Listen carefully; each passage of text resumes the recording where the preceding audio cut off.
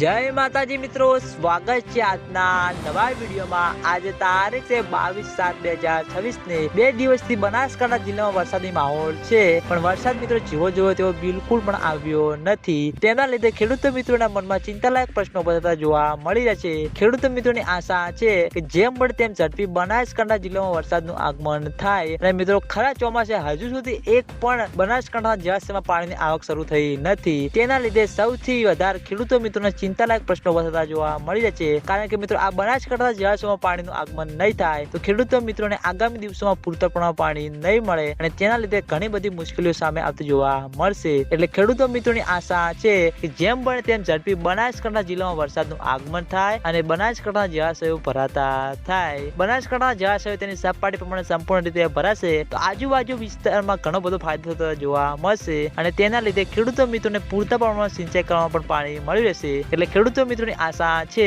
કે જેમ બને તેમ ઝડપી બનાસકાંઠા જિલ્લામાં વરસાદનું આગમન થાય અને બનાસકાંઠા જળાશયો ભરાતા થાય। તો મિત્રો આજના વિડીયોમાં આટલું હતું। તમે બધા અમારી ચેનલ ઉપર નવા હોય તો વિડીયોને લાઈક કરી દેજો, કોમેન્ટ કરી દેજો અને ચેનલને સબસ્ક્રાઇબ પણ કરી દેજો, જેથી કરીને અમે દાંતીવાડા ડેમ, શિવપુર ડેમ અને મુક્તેશ્વર ડેમ અને બનાસ નદીના તાજા અને લાઈવ સમાચાર લઈને આવીએ તો સૌથી પહેલા તમને ખબર પડી જાય। તો મિત્રો જય માતાજી।